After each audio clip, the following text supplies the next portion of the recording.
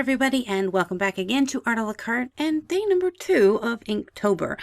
Because yesterday was my official birthday and there was much merrymaking plus 2 birthday cakes to eat. Yes, when you turn 40, you get 2 birthday cakes. But with that being said, I didn't get the planned video for today completely finished, but I did get my Inktober sketch done. So I thought, let me go ahead and talk a little bit about dip pens and working in a medium that I've never worked before while I show you today's Inktober picture.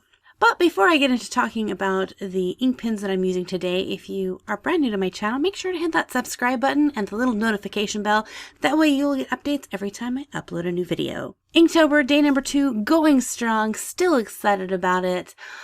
Again, it is day 2, so ask me at day 22 how I'm feeling.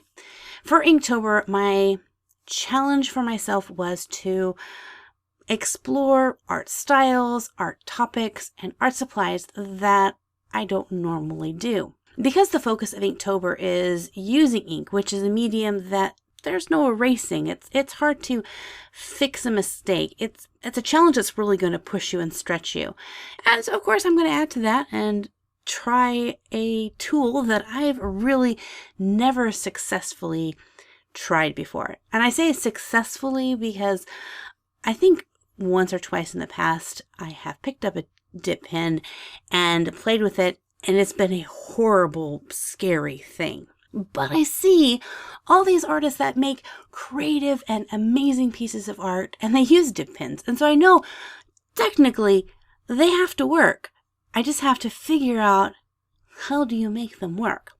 So I went onto Amazon and I purchased a set of dip pens and a package of, I think, 8 different colors of Winsor Newton inks.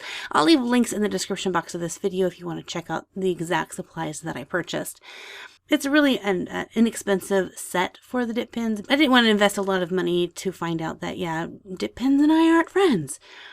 And the first time I pulled them out and played with them, which was a couple of days before Inktober started, was a complete failure. And I thought, no, this isn't going to work. I can play with the ink. I can do that with brushes. But dip pens and I are not going to be working together.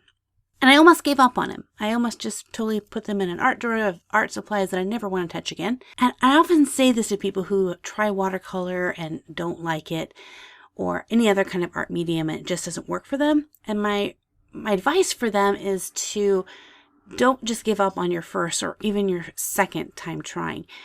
Give it some different goes. Look at other artists who create in that medium that you want to try to work in, and take ideas from them, and then keep working at it. Give it 5, 6, 7, 8 times before you finally go, yeah, this isn't working for me. So I began just playing with it. See, before, the first thing I wanted to create was something amazing and detailed, yeah. And that's a big mistake. And it's a mistake I tell a lot of people when they're learning to draw. When you're first trying to draw something, don't try to draw your masterpiece. Try to draw circles, try to draw squares, try to draw lines. And yet, I wasn't taking my own advice in this topic with dip pens.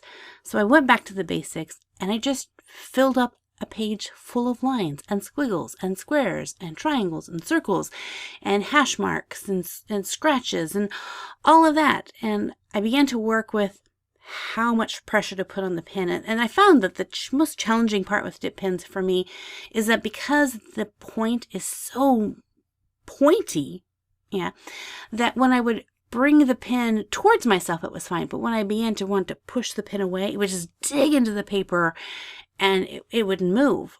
So I had to reteach myself how much pressure to put and the tilt that I needed to put on the pen itself. I still feel like a novice with dip pens, that sometimes when I'm trying to create a really light line, I get a really thick line, or, ink just comes blobbing out. But this is the whole process. This is the point of these 31-day challenge. This is the point of pushing yourself to try something brand new. Is it's okay to mess up. It's okay to fail.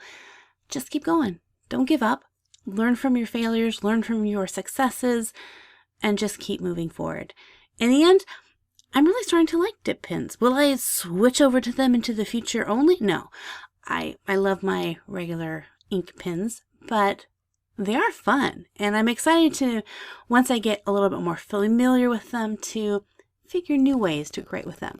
So if you're interested in following along with this journey of my exploring dip pens and working with inks, yeah, making a playlist of Inktober, make sure to check back on my channel. I'll be posting almost every day, not guaranteed, but I'm going to try.